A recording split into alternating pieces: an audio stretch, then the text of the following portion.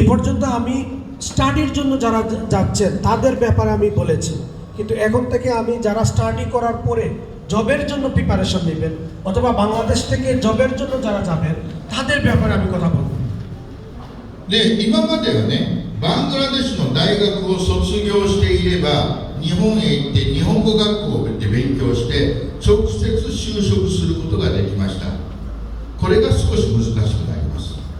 এখন এই পর্যন্ত যেটা জাপানে ছিল, আপনি অনার্স কমপ্লিট করে গেছেন, মাস্টার্স কমপ্লিট করে গেছেন, সেখানে যাওয়ার পরে নিহঙ্গ 1 বছর পড়েছেন, 2 বছর পড়েছেন, এরপরে আপনি জবের জন্য ওইখানে জব মার্কেটের জন্য অ্যাপ্লাই করতে পারছেন। এখন থেকে এই জায়গাটাতে একটু ডিফারেন্ট চেঞ্জ নিয়ে আসা হয়েছে।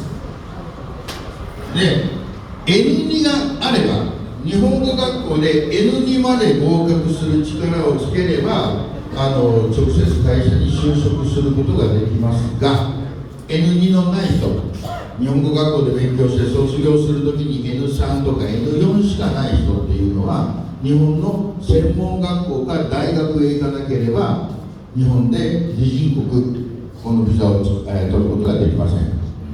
আপনারা জানেন অনার্স মাস্টার্স আপনি যে কোনো সাবজেক্ট পড়ে, পলিটিক্যাল সায়েন্স, সোশ্যাল ওয়েলফেয়ার, এগুলো পড়ে জাপানে গেছেন, যাওয়ার পরে আপনি নিয়োগ শেষ করে জবের জন্য অ্যাপ্লাই করছেন, আপনার জব হয়ে গেছে।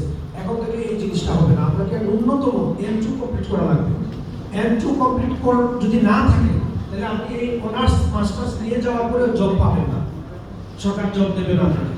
এখানে যেটা করতে হবে, যদি N2 আপনি করতে না পারেন তাহলে আপনাকে আবার পড়াতে যেতে হবে, পড়তে হবে।